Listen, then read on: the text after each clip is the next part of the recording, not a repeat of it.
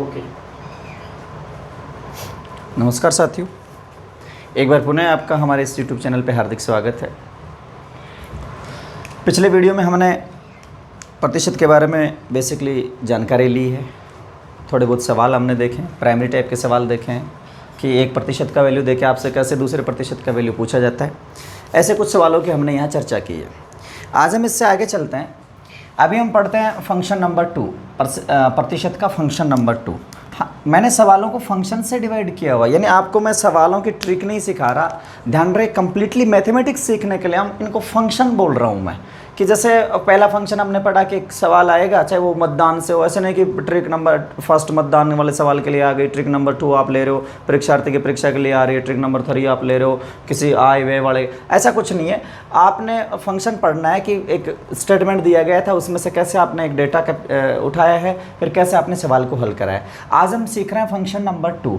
इससे अपने आप में थोड़ा सा अलग है, यानी जैसे जैसे सवाल आएंगे, जो फंक्शन नंबर फर्स्ट पे आधारित सवाल आप प्रैक्टिस करोगे, अभ्यास करोगे, तो आपको पता लगने लग जाएगा कि कौन सा सवाल इससे हल हो रहा है, यानी इस सवाल में क्या छुपा है, कैसे आपको हल करना है। यानी आपको सीखना है, न कि रटना है, और बिल्कुल इजी तरीके से हम सीख रहे हैं। तो चलिए हम चर्चा करते हैं सीधा फंक्शन नंबर 2 के लिए। देखिएगा फंक्शन नंबर 2 क्या है। यदि एक छोटी सी बात दोबारा मैं आपको समझाना चाह रहा हूँ। मान लीजिए यहाँ को एक राशि है, चित्र दोबारा समझने की कोशिश कीजिएगा। ये एक राशि है, राशि है मतलब ये अपने आप में 100%, अपने आप में कोई भी चीज़ अपने आप में जिसको आपने बेस मान लिया वो चीज़ अपने आप में 100% कवर करेगी। चाहिए कमी बढ़ती होने के बाद, यदि आपने जिसको बेस माना है, आपने बेस हमेशा आपका परसेंटेज में आपका 100% रहेगा। देखिएगा, तो फंक्शन नंबर 2 समझने की कोशिश करते हैं। ये एक संख्या है, इस संख्या में आपने कुछ प्रतिशत या तो बढ़ा दिया या कुछ घटा दिया। बढ़ा देने का मतलब मैं प्लस से ले रहा हूँ, घटा देने का मतलब मैं माइनस से ले रहा हूँ। तो ये एक संख्या थी या कोई राशि थी, किसी कस्बे की जनसंख्या मान सकते हो, किसी व्यक्ति की आय मान सकते हो, किसी पात्र में बराबर गया दर वो मान सकते हो, यानी कुछ भी आप मान सकते हो। ये कोई चीज़ थी, उसको आपने बढ़ाया या घटाया। तो जाहिर सी बात है, बढ़ाने या घटाने के बाद ये एक नया रूप ले लेगी। नए रूप का मतलब मैं यूँ कह रहा हूँ, भाई आपने बढ़ा दिया तो ये बढ़ जाएगी, आपने घटा दिया तो ये इससे घट जाएगी। अब ये अपने आप में एक नई चीज़ आ गई आपके सामने। देखो, इससे निकल के आई है। तो पहले तो बेस आपका ये 100% था। अब यदि आप ये बढ़ाने घटाने के बाद एक नई चीज़ आई है, तो यदि आप अब पहले इस पे कैलकुलेशन कर रहे थे तो ये आपका बेस था 100% था। अब बढ़ाने घटाने के बाद आपके पास ये नई चीज़ आ गई, यदि आप इस पे कैलकुलेशन करना चाहोगे तो ये आपका बेस रहेगा पुनः अपने आप में 100% रहेगा। किसके लिए? आगामी कैलकुलेशन, पीछे वाले के लिए नहीं, आगामी कैलकुलेशन के लिए अपने आप में 100% रहेगा। अभी हम समझेंगे इसको। फिर आपने पुनः इसको मान लीजिए कुछ बढ़ा दिया या कुछ घटा दिया, कुछ भी परसेंट बढ़ा रहे हो घटा रहे हो, तो फिर आपके पास एक नई चीज़ आ रही है। ठीक है, ऐसे करते आपने पुनः इसको बढ़ाया घटाया, फिर आपके पास कोई नई चीज़ आ रही है। यानी आप प्रतिशत में कमी या वृद्धि, उत्तरोत्तर जिसको हम कहते हैं, शेष पे। देखो सवाल, किन सवालों की हम चर्चा कर रहे हैं। एक कस्बे की जनसंख्या प्रथम साल 10% बढ़ी। देखना, मान लेता हूँ मैं 1000 कोई संख्या है, या किसी एक मोहल्ले की जनसंख्या है 1000, उसको आपने 20% बढ़ा दिया। आपने क्या मतलब, यूँ मान लें कि किसी कस्बे की जनसंख्या 20% बढ़ गई, तो अब नेक्स्ट ईयर वो 1000 पे 20% बढ़ी, तो जाहिर सी बात है 1000 का 20% सीधा निकालना। 1000 का 20%, देखो 1000 का 20% ऐसे परसेंट में निकालना मैंने आपको पिछले वीडियो तक नहीं बताया। देखिएगा परसेंटेज निकालना कैसे, x का y% कैसे निकालते हैं। तो x का y% x गुणा y% कैसे निकालेंगे, y/100। समझ पा रहे हो? प्रतिशत ये हो जाएगा। तो जैसे एक बार हम चर्चा कर लें कि 300 का 20% कैसे निकालेंगे। सिंपल सी बात है, अरे 0 0 कट जाएगा, 3 दूनी 60। तो करना कैसे, 300 गुणा 20/100। ये सिंपल सी चीज़ थी, इसलिए मैंने आपको इस पर कुछ चर्चा करना खास उचित नहीं समझा। जैसे मान लीजिए आप निकाल रहे हो 450 का 12%, तो सिंपल सी बात है 450 गुणा 12/100। भाई 100 टुकड़े करना है, 100 में से 12 टुकड़ा, तो 12% को हम 12/100 पढ़ ही रहे का, यानी गुणा लगा दिया आपने 450 गुणा 12/100। ऐसे निकल जाए किसी भी संख्या का प्रतिशत। तो देखिएगा भाई, अभी हम चर्चा कर रहे थे कि 1000 का 20% बढ़ाया हमने, तो 1000 का 20% कितना होता है, 1000 गुणा 20/100 यानी 200 रहेगा। कि जब भी आपको एक छोटी सी बात सिखा रहा हूं मैं, ये कोई संख्या है 9852, एक संख्या है, इसका आपको 1% निकालना है। 1% यानी 100वां हिस्सा होता है 1%। तो 2 स्थान छोड़ के दशमलव लगा दीजिएगा, 2 स्थान इकाई दाई छोड़ के, तो सीधा आ गया 98.52। ये लो भाई, ये आ गया इसका 1%। यदि आपको इसका 10% निकालना है, सिंपल सी बात है, 10% के लिए एक 10वां हिस्सा, 10वें हिस्से का मतलब होता है एक स्थान छोड़ के दशमलव लगा देना, 985.2, ये हो गया भाई। तो तो ये होता है 1% और 10%, ऐसे हम कैलकुलेशन कर लेंगे। तो देखिएगा भाई 1% निकालना है, 10%, 20% जो निकालना है, 20% निकालने के लिए क्या करेंगे, इसका डबल करके एक स्थान छोड़ के दशमलव निकाल देंगे। तो देखिएगा 1000 का 20% हो गया 200 भाई, और बढ़ गई तो अब ये जनसंख्या आ गई 1200। अब मैं यूं समझा रहा था आपको, जब तक ये 1000 थी जनसंख्या 20% बढ़ी, तो किसका 20% लेना था हमको, 1000 का। तो हमारे लिए यानी मूल जो था, आधार जो था आपका, बेस जो था वो 1000 काम कर रहा था। अब जनसंख्या आ गई कस्बे की 1200।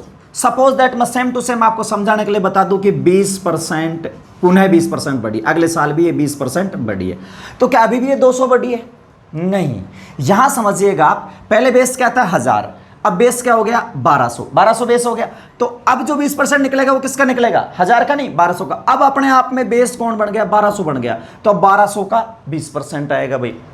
अब 1200 का 20% कितना होता है, देखिएगा भाई, यहां 200 था तो यहां 240, या फिर जो बढ़ गया उसका 20% बढ़ेगा, तो 240 और बढ़ गया, तो ये हो गया आपके पास 1440।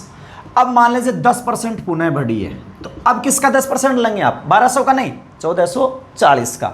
तो 1440 का 10% आप जोड़ोगे और 144 और जोड़ोगे। अब इसमें 144 आप जोड़ोगे तो 1584 शायद ये हो जाएगा भाई, आप इसमें 144 ऐड करेंगे।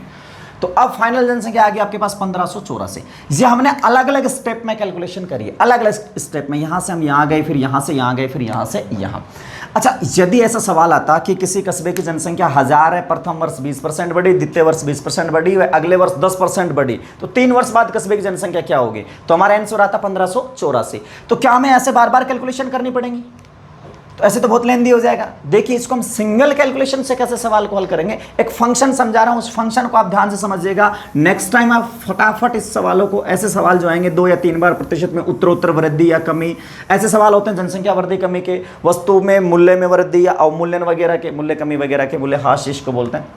तो देखिएगा फंक्शन क्या है, ये आपका बेस है, आपने इसको इंक्रीज या डिक्रीज किया है, प्लस माइनस x% से लगा रहा हूं, यानी x% कुछ भी प्रतिशत था वो बढ़ाया घटाया, फिर आप यहां पहुंच गए, फिर आपने पुनः इसको y% बढ़ाया या घटाया है, फिर आप यहां पहुंच गए, पुनः आपने इसको z% बढ़ाया या घटाया है, तो आप फाइनल यहां पहुंच गए।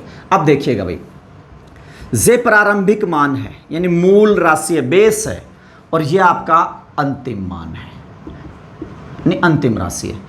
तो देखिएगा भाई, ये फंक्शन आपका चक्रवर्ती ब्याज वगैरह जहां पढ़ोगे तो बहुत सिंपल तरीके से यदि ये समझ में आ गया। चक्रवर्ती ब्याज में क्या होता है भाई, यहीं से समझाता हूं, यानी इसलिए तो मैं कह रहा था यदि प्रतिशत आप अच्छे से पढ़ लोगे तो आपको आगे के टॉपिक हम फटाफट चुटकियों में हल करेंगे। चक्रवर्ती ब्याज क्या होता है, आपको जैसे 10% सालाना ब्याज पे पैसे उधार दे दिए ब्याज दर पे, तो अब ये राशि है 10% बढ़ के यहां पहुंच गई, एक साथ ब्याज नहीं लेगा, 10% बढ़ के यहां पहुंच गई। अब अगली साल का जो ब्याज लगेगा वो इस पे नहीं लगेगा, इस पे नहीं, हमारा बेस चेंज हो जाएगा। आप फंक्शन को, इसकी संकल्पना को समझिए, बेस पहले ये था, अब बेस ये हो जाएगा, फिर पुनः 10% बढ़ेगी क्योंकि अब ब्याज इस पे लगेगा, 10% बढ़ी तो यहां पहुंच गई, बढ़ने के बाद अब पुनः ब्याज इस पे लगेगा। तो यूं मान लिया 3 साल का चक्रवर्ती ब्याज का ये मूलधन है, ये मिश्रधन है, एक ही बात है भाई, या फिर ये जनसंख्या बढ़ रही है या किसी वस्तु का मूल्य बढ़ रहा है। तो हम कैसे सॉर्ट आउट करेंगे इन चीजों को, देखिएगा। ये जैसे मान लीजिए मैंने यहां लिख दिया 20%, समझने के लिए 20% प्लस लिख देता हूं बड़ा, फिर ये आपने 10% घटा दिया, मान लीजिए कोई संख्या की बात कर रहे हो, किसी संख्या को पहले 20% बढ़ाया, फिर 10% घटाया, फिर उसको 30% बढ़ा दिया। तो अब हम चर्चा करते हैं कि संख्या की स्थिति क्या होगी। तो देखिएगा, सबसे पहले हम यहां थे, मान लेते क्वेश्चन मार्क है ये, यानी हमें नहीं पता ये क्या है, लेकिन हम यहां से यहां जाएंगे तो इस क्वेश्चन मार्क का 120% आपको यहां मिलेगा। क्वेश्चन मार्क का 120% आपको इस घेरे में मिलेगा। क्यों मिला 120%? क्योंकि 20% की वृद्धि को हम क्या पढ़ेंगे 120, 20 की कमी को हम क्या पढ़ेंगे 80%, मतलब 100 पे। अब सुनो, ये अपने आप में बेस बन गए अपने आप में, तो इस और इस घेरे का रिलेशन क्या बना, इसका 120% ये घेरा है। अच्छा, इस घेरे और इस घेरे का रिलेशन क्या होगा, इस घेरे में से इस घेरे की बात कर रहा हूं मैं, न कि पिछली राशि की, इस घेरे में से 10% तोड़ा गया तो ये आया। तो मैं यूं कह सकता हूं इस घेरे का 90% ये घेरा है, इस घेरे का 90% ये घेरा है। इसमें जो भी होगा वृद्धि करने के बाद जो आएगा वो आ जाएगा। अब हम इस घेरे से इस घेरे की बात करें तो इस घेरे का, क्योंकि ये बेस है, आप यूं नहीं कहोगे भाई 120 में से 10 घटा के 110 लेना, क्योंकि बेस, ये नया बेस निकल के आया है आपके पास, ये बेस है और बेस अपने आप में 100% का अर्थ देगा। तो इसका 130% हो गया भाई ये। तो अब हमारे पास सवाल है क्वेश्चन का 120% का, 90% का, 130%। ये लो, कौन सा है? फाइनल राशि है आपके पास, ये फाइनल राशि। अब इसको कैसे सरल करेंगे? देखिएगा, एक सिंपल सी बात आपके पास बन गई। क्वेश्चन मार्क का मतलब गुणा 120%। देखिएगा 120% को हम लिखेंगे 120/100, फिर का मतलब गुणा 90%, 90/100, फिर 130/100। ये लो, ऐसा करने से आपके पास क्या आ जाएगी? आपके पास फाइनल राशि आ जाएगी। अब देखो, हमारे पास एक सिंपल सी कैलकुलेशन बन गई। क्या? यदि आपको यहां से यहां जाना है तो एक कैलकुलेशन बन गई। बढ़ गया बढ़ा दीजिए, घट गया घटा, जितना बढ़ा उतना बढ़ाओ, जितना घटा उतना घटाओ, और बेस क्या रहेगा आपका? 100। बेस क्या रहेगा? 100। तो यूं करते जाएंगे तो हमारे पास क्या आ जाएगी? फाइनल राशि आ जाएगी। कैसे? इसके 120% के, 90% का 130% ये है। तो ये संख्या जो भी देख, जैसे यहाँ 5000 था, 5000 गुणा 120/100 कैलकुलेशन करेंगे, फाइनल राशि आ जाएगी। एक बार आशा करते हैं आप समझ रहे होंगे। मैं फंक्शन बनाना सिखा रहा हूँ। यदि आपको बनाना समझ में नहीं आता तो आप फंक्शन याद रखिएगा कि फंक्शन कैसे होता है, काम कैसे करता है। तो इस घेरे से इस घेरे में जाएंगे, फिर यदि आपकी कैलकुलेशन इससे स्टार्ट हो जाए, जैसे एग्जाम्पल अभी मैंने दिया जनसंख्या वृद्धि के बाद, अब अगली वृद्धि इन पे होगी, न कि इस पे। वस्तु की मूल्य वृद्धि या मूल्य कमी के बाद अगली मूल्य वृद्धि या कमी इस पे होगी। या फिर हम बात करें, जैसे मान लीजिए पिछले वीडियो में मैंने बताया था कि कोई व्यक्ति अपनी आय का 30% पुत्री को देता है, तो 30% पुत्री को दे दिया, फिर शेष का, तो इसका 70% ये बच गया, फिर इसको 100% मान के आगे कैलकुलेट, फिर शेष का 10%, तो फिर से इसका 90% यहाँ आ जाएगा। सब आशा करता हूँ आप शायद समझ पा रहे होंगे इन चीज़ों को। तो देखिएगा, ऐसा आपके पास फंक्शन बनेगा स्टार्ट से। फंक्शन सिंपल सा है, पुनः समझ लीजिए। 20% बढ़ने को आप 120 पढ़ोगे, 10% घटने को आप 90 पढ़ोगे, और कुछ नहीं है। 120% का मतलब बटे में 100 लगाते जाओ, कैलकुलेशन करो, लास्ट वैल्यू आपके पास आ जाएगी। जैसे मैं आपको सिखाऊं, एक छोटा सवाल से हम इसको सीखने की कोशिश करते हैं। देखिएगा,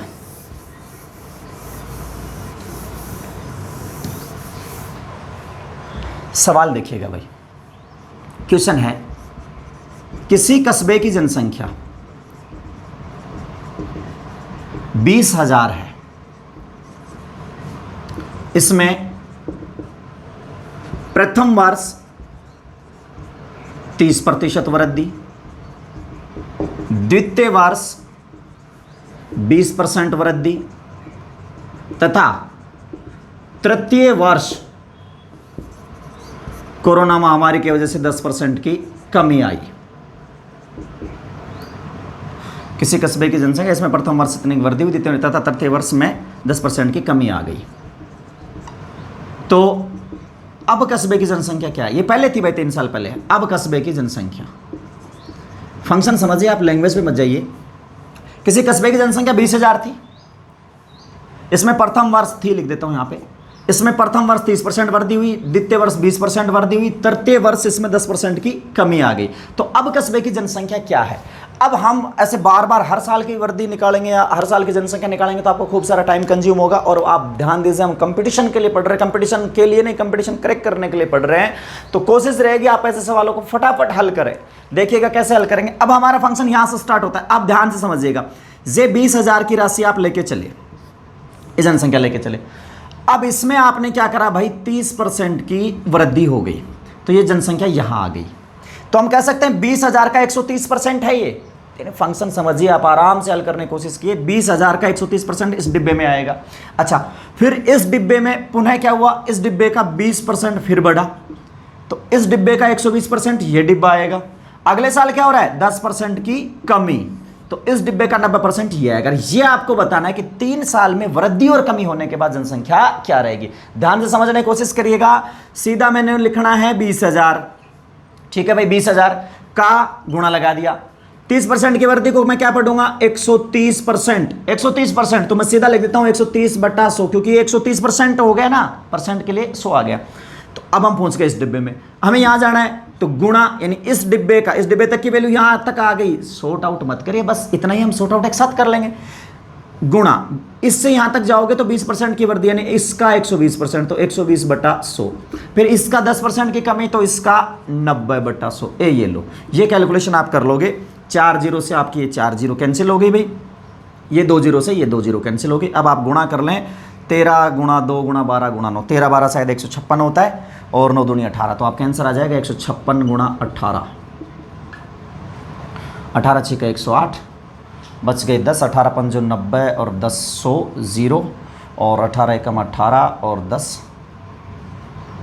28, सॉरी 18 6 का 108 10, 18 5 90 और 10 100 हासिल 10, 18 एकम 18 10, सॉरी भाई कैलकुलेशन करिएगा, जैसे गुणा कर लीजिएगा इसको, 156 को हम 18 से गुणा करते हैं, कैलकुलेशन कर लीजिएगा भाई। 8 6 48, 4 8 5 40, 4 44, 4 8 एकम 8 4 12 गुणा 6 5 1, 1 0 कहाँ रह गया, ओ सॉरी 1 0 सही था भाई, कैलकुलेशन अपनी, ये 1 0 छुपा है, सही था 28 08, ये 0 छुपा था भाई। मैंने सोचा 20,000 की जनसंख्या लेके चले थे, 2,000 इतनी महामारी कहाँ से आ गई, सॉरी वो 0 भूल गया था भाई मैं। तो कैलकुलेशन देख लीजिएगा आप, इस प्रकार देखो हम 20,000 से लेके चले थे और 28,080 तक हम जनसंख्या यहाँ पहुँच गई, पहले बढ़ी है फिर बढ़ी है फिर 10% घटी है। हो सकता है यदि कैलकुलेशन 19-20 हो तो आप चेक करते रहिएगा, मेरा उद्देश्य आपको यहाँ सिर्फ और सिर्फ उनके फंक्शन समझाने का ही, कैलकुलेशन किस प्रकार से होगी कैलकुलेशन आप अपने हिसाब से देखते रहिएगा। तो आशा करता हूँ शायद आपको समझ में आया होगा कि कैसे हमने 130/100 लिखा, कैसे 120/100 लिखा, इसको 90 क्यों लिखा, इधर से इधर जा रहे हैं, ये कैलकुलेशन का आपका प्रोसेस रहेगा। चलिए हम इसको एक बार फंक्शन को दोबारा रीड करते हैं, दोबारा देखते हैं, अच्छे से समझिए क्योंकि चक्रवर्ती ब्याज पूरा मैं आपको इसी से करवाऊंगा।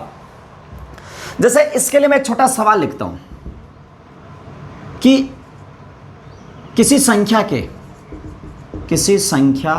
कोई संख्या है p, किसी संख्या p के x% का y% का z% क्या होगा। एक ये सिंपल सा सवाल आ गया। अब प्रतिशत निकालना भी आप सारे यहीं से सीख जाओगे, क्या x का y, आप सारे परसेंट यहां से सीख जाओगे। सवाल आया एक संख्या p है, कोई संख्या है p, उस संख्या p के x%, पहले उसका x% निकालना है, फिर उसका जो आए उसका y%, फिर जो आए उसका z%। फंक्शन तो वही बनना है आपका, ये रहा p, इसका x%, आप इस घेरे में पहुंचोगे, इस वर्दी नहीं करनी अब की बार, सीधा देखो पहले क्या था 20% की वर्दी निकालनी हो या फिर 20% निकाला हो, दोनों में फर्क है। यदि आपको p का 20% निकालना है तो आप लिखोगे p गुणा 20/100। यदि आपको p में 20% की वृद्धि करनी है तो आप लिखोगे p गुणा 20% की वृद्धि को आप क्या पढ़ोगे 120। देखो दो चीजें हैं, यदि आपसे पूछे p का 20% तो आपका होगा p गुणा 20/100, और आपसे पूछे p में 20% की वृद्धि के बाद तो आपका आएगा p गुणा 120/100। समझ रहे होंगे मैं जो आपको समझाना चाह रहा हूं कि कब 20 लेना है और कब 120 लेना है, ठीक है भाई। तो चलिए हमारा सवाल था यानी x% की वृद्धि नहीं करी गई, यहाँ पे आपको सीधा x%, y% और z% निकालना है। तो ये लो मैंने लिखा p का x% का y% का z% क्या होगा ये निकालना था। चलिए निकालने की कोशिश करते हैं, सिंपल सी बात है। p का मतलब ले लीजिए गुणा x% x/100 का, फिर गुणा आ गया y% y/100 गुणा z% मतलब z/100।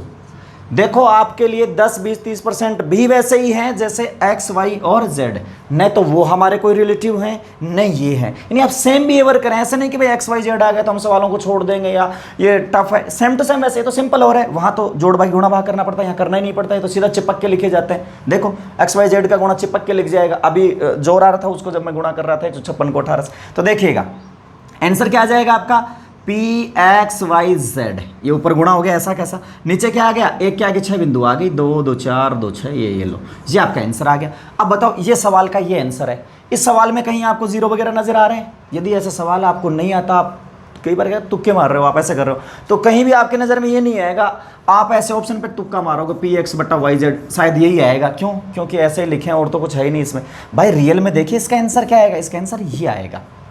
तो मैं जो आपको समझाना चाह रहा था, इस सवाल को हल कराने का मकसद था वो फंक्शन तक पहुंचना। कैसे कि p का x%, तो वो जनसंख्या थी, उसका 130%, तो 130% कैसे निकाला हमने, वो जनसंख्या, ये जनसंख्या रही, 130% क्यों लिखा, 30 की वृद्धि को हमने 130 पढ़ा है तो 130/100। फिर y%, y का हमने लिखा था तो पिछले सवाल में कि 20 की वृद्धि, तो हमने पढ़ा 120/100। z को हम क्या पढ़ रहे हैं यहाँ पे, तीसरी वृद्धि या कमी। तो सिंपल सी बात है, आपका सवाल ऐसे हल हो जाएगा। यानी उत्तरोत्तर वृद्धि या कमी होती जाए तो वृद्धि और कमी को हमेशा सोपे पढ़ना आपको, यानी 20% की वृद्धि हमेशा 80% ही होगी। देखिएगा 20 की वृद्धि आपकी 120 हो जाएगी। तो आशा करता हूँ शायद आप इस चीज़ को समझ गए होंगे ये क्या चीज़ है। अब हम इसका उल्टा पढ़ते हैं। उल्टा पढ़ते हैं। देखो 2-4 बार सवाल हल करेंगे, आपको ये फंक्शन समझ में आने लग जाएगा। ये मिश्रण वगैरह में मैं कई जगह काम में लूँगा। ये क्या है, यहाँ से यहाँ तक पहुँचना, तो क्या प्रोसेस फॉलो होगा। अब हम पढ़ेंगे वहाँ से वापस आएंगे तो क्या प्रोसेस फॉलो होगा। देखिएगा, सुनना, ये लो।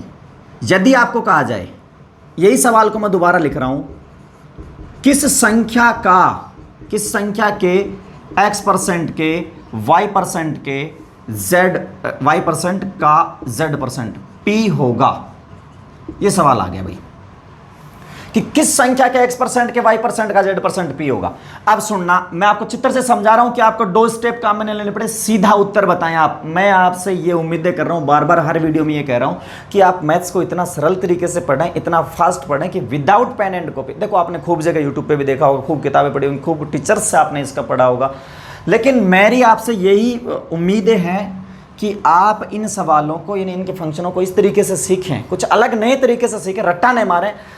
और बहुत सी चीज़ें दुनिया में जो आपको याद रखनी है, या कुछ भी याद नहीं रखना, बस ठीक है ऐसा होता है, ये सॉर्ट आउट कैसे होगा, बस जो समस्या सामने आई तुरंत उसका सॉल्यूशन सामने आ जाना चाहिए। तो देखिएगा क्या है, चित्र द्वारा मैं आपको समझाने की कोशिश कर रहा हूँ।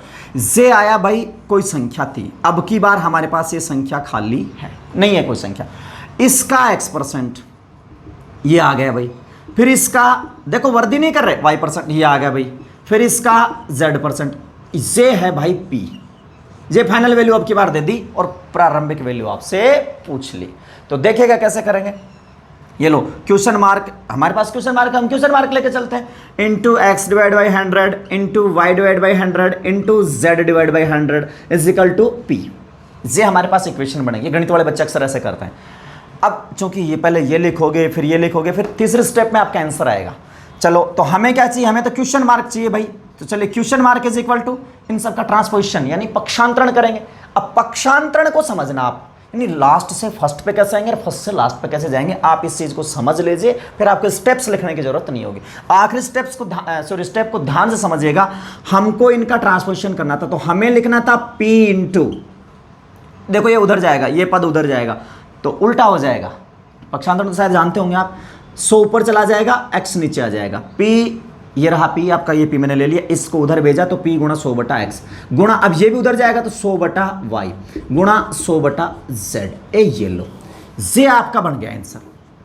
क्या आया, अब की बार p ऊपर है, p के साथ ये लग रहे हैं p इंटू 1 2 3 4 5 6, ये 0 लग रहे हैं भाई, और बटे में आपके पास आ गया, कट तो रहेगा ही नहीं किसी से क्योंकि ये तो चर राशियां हैं x। ये आपका आंसर हो गया। आंसर छोड़ो, मैं आपको ये समझा रहा था। देखो पिछले सवाल में हमारे पास आया x बटा 100 y बटा 100 z बटा 100, अब की बार आया 100 बटा x 100 बटा y 100 बटा z। ऐसा क्यों हुआ, पिछली बार हम आरंभिक से अंतिम पे जा रहे थे, अब की बार अंतिम से आरंभिक पे जा रहे हैं। तो इसको यहाँ तक आपको ये समझ में आया कि ऐसा क्यों हुआ, तो ठीक है। अन्यथा मैं आपको एक फंक्शन, फाइनल फंक्शन जो हमारा बन रहा है, क्या है फंक्शन नंबर 2, वो मैं आपको समझा रहा हूँ। ये इसको समझाने के लिए मैंने एग्जाम्पल्स आपको बताए थे कि ऐसे 100 ऊपर जाता है, ऐसा 100 नीचे रहता है। तो अब देखिएगा क्या है, मैं आपको सिखा रहा हूं। ये लो, ये रही आपके पास आरंभिक राशि, आरंभिक राशि। इसमें प्रतिशत में उतार चढ़ाव होता रहेगा भाई, फिर नई राशियां बनती जाएंगी। ऐसे लिख रहा हूं मैं, प्रतिशत में उतार चढ़ाव होगा और नई राशियां बनेंगी। ये लो, जे जी ऐसे उतार चढ़ाव 3 4 जितनी बार भी हो, 2 बार आपको कोई मतलब नहीं उससे। जे जी आ गए हम अंतिम राशि में। चलिए, अब कई सवालों में आरंभिक राशि देके अंतिम राशि पूछी होगी, यानी मूलधन देके चक्रवृद्धि ब्याज की बात करूंगा, यहीं से सीख लेते हैं हम सारा बेस। मूलधन देके मिश्रधन पूछेगा, कई में मिश्रधन देके मूलधन। तो क्या करना है आपको, सबसे पहले तो ये जो सिस्टम है ना, इसको पढ़ना सीख लो। 20% की वृद्धि को आप सदैव 120 पढ़ेंगे, चाहे इधर से उधर जाओ, चाहे उधर से इधर आओ। 20 की वृद्धि गांठ मान लीजिए 120% होती है, 20 की कमी आपकी 80% होगी। अब सुनिए, यदि इधर से इधर जाते हैं तो गुणा 120% आएगा, 120 बटा 100, यानी जो प्रतिशत आएगा वो बटे में 100। फिर अगला जो प्रतिशत आएगा जैसे 130 बटे में 100, फिर जो प्रतिशत आया बटे में 100। क्यों, इसका 120% का, 130% का, 140%। तो प्रतिशत मैं किसके लिए लिख रहा हूं, उस राशि के लिए लिख रहा हूं, प्रतिशत तो हट जाएगा, मैं उस राशि के लिए लिख रहा हूं, जो प्रतिशत आएगा वो बटे में 100। ऐसा यदि आप गुणा करोगे किसके साथ, आरंभिक राशि के साथ, आरंभिक राशि गुणा 130 बटा 100 गुणा 120 बटा 100 गुणा 90 बटा 100, बस ये कैलकुलेशन करोगे, अंतिम राशि आपके पास आ गई। ये हमने जनसंख्या वाले सवाल में देखा था, पी वाले में भी देखा। अब कई बार क्या करेगा, अंतिम जनसंख्या देके फर्स्ट जनसंख्या पूछेगा, या किसी वस्तु का अवमूल्यन होते होते लास्ट का मूल्य देके फर्स्ट का पूछेगा। अब सुनो, इधर से इधर आएंगे तो ट्रांसपोजिशन कर लेंगे। ये स्टेप आपके दिमाग में रखना है, पेन कॉपी पे यूज नहीं लेना है। पेन पेपर पे क्या लेना है आपको, सीधा ये क्या, अंतिम राशि यदि किसी के साथ ये दे रखी है, आरंभिक पे आ रहे हो तो जाहिर सी बात है ये सारे पद उधर जाएंगे। ये उधर जाएंगे तो किस रूप में जाएंगे, 100 ऊपर रहेगा और इनकी प्रतिशत की वैल्यू नीचे रहेगी। 100 ऊपर रहेगा, प्रतिशत की वैल्यू नीचे रहेगी, वही 100 ऊपर रहेगा, प्रतिशत की वैल्यू नीचे। आपको क्या करना है, सिंपल और सामान्य भाषा में मैं आपको समझाता हूँ। आरंभिक राशि होगी, उतार चढ़ाव आते रहेंगे, प्रतिशत आपको देख लेना है क्या लेना है। इधर से इधर जा रहे हो, 100 नीचे रखना है, बेस लेना है 100 को, और उधर से उधर आ रहे हो 100 की वैल्यू कैलकुलेट करनी है। जिसकी वैल्यू कैलकुलेट करनी है वो हमेशा ऊपर रहेगा। तो क्या करना है आपको, उधर से इधर आओगे 100 ऊपर आ जाएगा, इधर जाओगे 100 नीचे आ जाएगा। जैसे मैं एक सवाल से आपको ये फंक्शन आप नोट कर लीजिए या देख लीजिए, स्क्रीनशॉट ले लीजिए, इसका जो भी है समझ में आ जाना चाहिए। लेकिन ये फंक्शन आपको, यदि आपको समझ में नहीं आता तो प्लीज़ आप मुझे कमेंट बॉक्स में आके जरूर अवगत कराएं। जैसे भी आप जिस भाषा में, जैसे आपको हो सकता है हिंदी समझ में नहीं, आपकी जैसे यूँ हो कि हम लोकल लैंग्वेज में पढ़ना चाहें तो मुझे कोई आपत्ति नहीं है, मैं आपको लोकल लैंग्वेज में बता दूंगा। नहीं, आपको समझ में आना चाहिए, आप इन सवालों को हल कर सकें, यही मेरी कोशिश है और यही मेरी सफलता है कि आपको ये चीज़ें समझ में आ जाएं, फटाफट आप इन चीज़ों को हल करने लगें और भगवान की दया से आप नौकरी लगे जितना जल्दी हो सके उतना। यदि आप नौकरी के लिए पढ़ रहे हो तो, और यदि आप नॉलेज के लिए पढ़ रहे हैं तो भगवान करे आपके नॉलेज में खूब सारा इजाफा हो। चलिए देखिए, सवाल से हम इसको हल करने की कोशिश करते हैं। एक छोटी सी लाइन लिख रहा हूं मैं, किसी वस्तु के अवमूल्यन, डेप्रिसिएशन समझ रहे होंगे आप, अवमूल्यन की दर 20% वार्षिक है। ये एक छोटी सी बात लिखी है मैंने, एक वस्तु की दर, अवमूल्यन की दर 20% वार्षिक है। अवमूल्यन का अर्थ समझा दूं भाई मैं आपको, अवमूल्यन का मतलब डेप्रिसिएशन यानी मूल्य में निरंतर कमी, लगातार मूल्य का टूटना, मूल्य ह्रास होना। अवमूल्यन मूल्य का टूटना, मूल्य का गिरना। जैसे मान लीजिए कोई बिल्डिंग है या कोई कार ले रखी है आपने, तो धीरे धीरे कार आपने खरीदी, उसके बाद धीरे धीरे उसकी कीमत में कमी होती जाएगी। तो देखिएगा हर साल उसकी कीमत टूटती है 20%। अब मैं आपको यहाँ एक डायग्राम से समझा रहा हूँ। मान लीजिए हम वस्तु की जगह कार लिख लेते हैं। एक कार की अवमूल्यन की दर 20%, वार्षिक का मतलब हर साल 20 टूटती है, फिक्स कर दी, 20 साल की 20% टूटेगी। आपने ये कार ली आज, पहले ली थी, आज इस कार की कीमत है मान लीजिए 5 लाख रुपए। ये 5 लाख रुपए की कार है। अब जाहिर सी बात है 20% क्या है, अवमूल्यन। तो पहले ली थी कार आपने, यहां ली थी 3 साल पहले, और आज वो 5 लाख की है। 3 साल पहले कार ली थी, आज वो कितने की है, 5 लाख की। अच्छा, 5 लाख की कैसे बची, वो 20% टूटता गया, हर साल 20%। कितने साल, 3 साल टूटा है। ध्यान से समझिएगा उदाहरण को, कोई सवाल नहीं, मैं आपको समझा रहा हूं कि कैसे फंक्शन काम में लेना है। 5 लाख की कार आज है वर्तमान में, ये लो जी। तो 3 साल पहले की बात करते हैं जब आपने कार ली थी, 3 साल पहले, यानी 3 बार इसमें 20% की कमी करने के बाद। अच्छा, कमी कहाँ से होगी, 5 लाख में से तो होगी नहीं। जब से आपने कार खरीदी ना, उस पैसा टूटने लगा है, वो पैसा, ये पैसा टूटा पहले 20%, फिर नया पैसा आया, वो पैसा फिर 20% टूटा, वो पैसा फिर 20% टूटा, अब वो पैसा बचा है कितना, 5 लाख। या ऐसे हो सकता है एक व्यक्ति अपने खर्च में से या आय में से 20% खर्च कर दिया, फिर बचे हुए का फिर 20% खर्च कर दिया, फिर बचे हुए का फिर 20% खर्च कर दिया। हो सकता है वैल्यू चेंज होने से कोई खास फर्क नहीं पड़ने वाला सवाल पे। भाई 20% की कमी को आप 80 पढ़ लोगे। सपोज दैट वस्तु का मूल्य अलग अलग दर से गिरता, या 30% होता, 30 की कमी होती तो आप 70 पढ़ लेते। ये बहुत सिंपल चीज़ें, बस आप इन पे फोकस करिए फंक्शन पे। तो देखिएगा, किसी चीज़ को 3 बार 20-20 तोड़ा तो वो 5 लाख है। तो तोड़ने से पहले क्या थी, तो यदि आपको ये वैल्यू चाहिए तो बेस ये है, और ये अंतिम राशि, ये प्राप्त राशि है। तो पूर्व राशि के लिए देखिएगा आप क्या लिखने वाले थे, आप लिखने वाले थे भाई 5 लाख गुणा 20 की कमी को क्या बढ़ाएंगे, 80। अब मेरा ये बताओ, आप 80/100 आएगा या 100/80 आएगा, बस ये बता दो मुझे आप। अब खैर मैं तो आप तक कनेक्टेड नहीं हूँ, चूँकि लाइव क्लास नहीं है, तो आप सीधा खुद देख लें। यदि आपकी कोशिश जारी रही तो जल्दी हम लाइव चर्चा भी करेंगे इस चीज़ों पे। और अच्छे तरीके से मैं आपको समझा पाऊंगा। तो देखिएगा 80/100 नहीं है, क्योंकि 80/100 आएगा जब 50,000 में 80% की कमी करेंगे।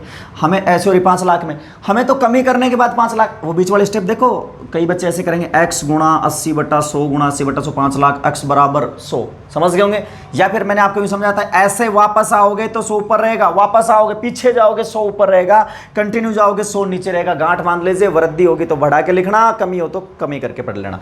तो 80/100 नहीं आएगा भाई। यदि सवाल आपका इस प्रकार है कि कोई वस्तु 3 साल पहले खरीदी गई थी, उसमें लगातार 20% की कमी हुई है 3 साल तक, अब वो 5 लाख की है, तो जब खरीदी यानी 3 साल पहले कितने की थी, तो मेरी उम्मीद है आपसे आप सीधा लिखेंगे 50,000 गुणा 100/80 गुणा 100/80 गुणा 100/80। ये सिर्फ कैलकुलेशन नहीं करनी, मैं आपको समझा रहा हूँ। ऐसा आप कैलकुलेशन करोगे तो आपके पास ये वैल्यू आ जाएगी। ये तो रही बात पहले जाने की। अब हम बात करते हैं आगे आने की। सपोज दैट आज से 3 साल बाद की बात करता है, आज से 3 साल बाद 20% की कमी, चूंकि वस्तु का अवमूल्यन की दर बता रखी है वार्षिक, तो कमी होती रहेगी। अब हमें क्या करना था, पीछे का तो हिसाब रखना ही नहीं है। आज 5 लाख की है, 3 साल बाद कितने की होगी जब वो 20% टूटेगी। क्या ही करना है आपको, सिंपल सा लिखना है 5 लाख 20 की कमी 80/100। अब आगे जा रहे हो आप आगे, तो बेस 100% तरीके से आएगा। अरे पीछे आओगे तो पक्षांतरण करना पड़ेगा, उल्टा हो जाएगा। तरीके से जाओगे तो प्रतिशत/100, तो 80/100 80/100 80/100 ऐसे कर लेंगे। आशा करता हूं शायद आपको ये फंक्शन समझ में आया होगा। अब मैं इसका एक एक सवाल कराता हूं आपको, एक आगे जाने का, एक पीछे आने का। फंक्शन अच्छे से समझ लीजिएगा, ये कई जगह काम में आएगा। मैं पुनः आपको बता दूं, ब्याज वगैरह में कई जगह ये काम में आएगा। देखिएगा, यानी यहाँ से इधर जाएंगे तो प्रतिशत/100 रखना है, उधर से इधर आएंगे 100/% रखना है।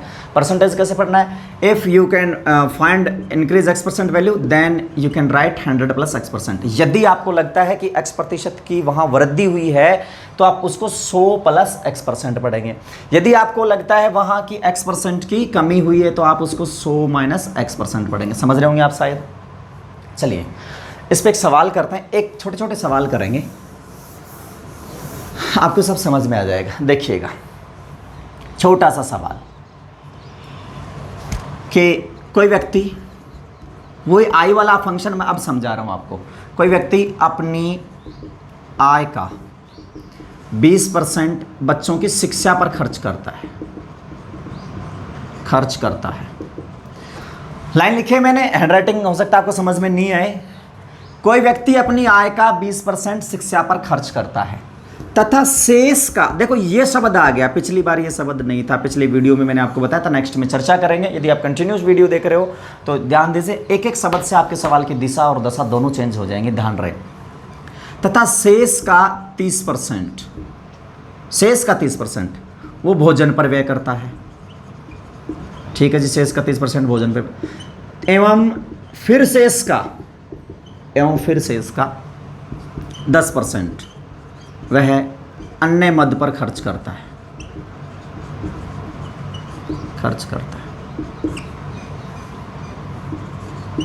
यदि अब उसके पास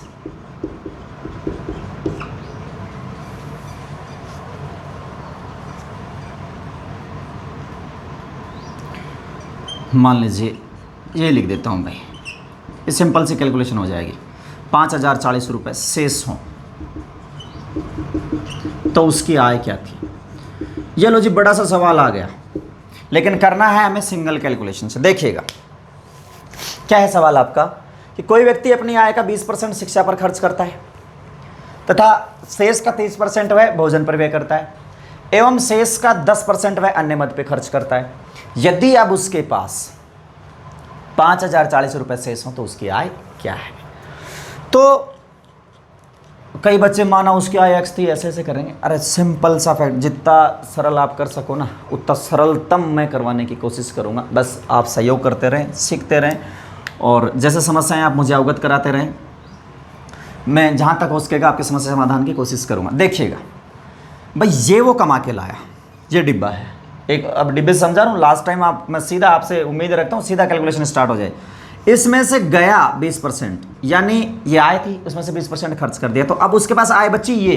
अच्छा, मैं ये क्यों लाया, क्योंकि वो अगली कमी या वृद्धि उस शेष पे कर रहा है। अब उसकी आय खर्च करने के बाद ये पैसा उसके पास बचा है, इस पैसे में से 30% निकाला, इसमें से नहीं निकाल रहा वो, अब इस पैसे का 30%, किसका 30%, इसका 30% खर्च कर रहा है। फिर उसके पास ये बचा, फिर इसका 10% और खर्च कर दिया, अब उसके पास बचा 5040। शायद आप चित्र द्वारा फंक्शन समझ गए होंगे।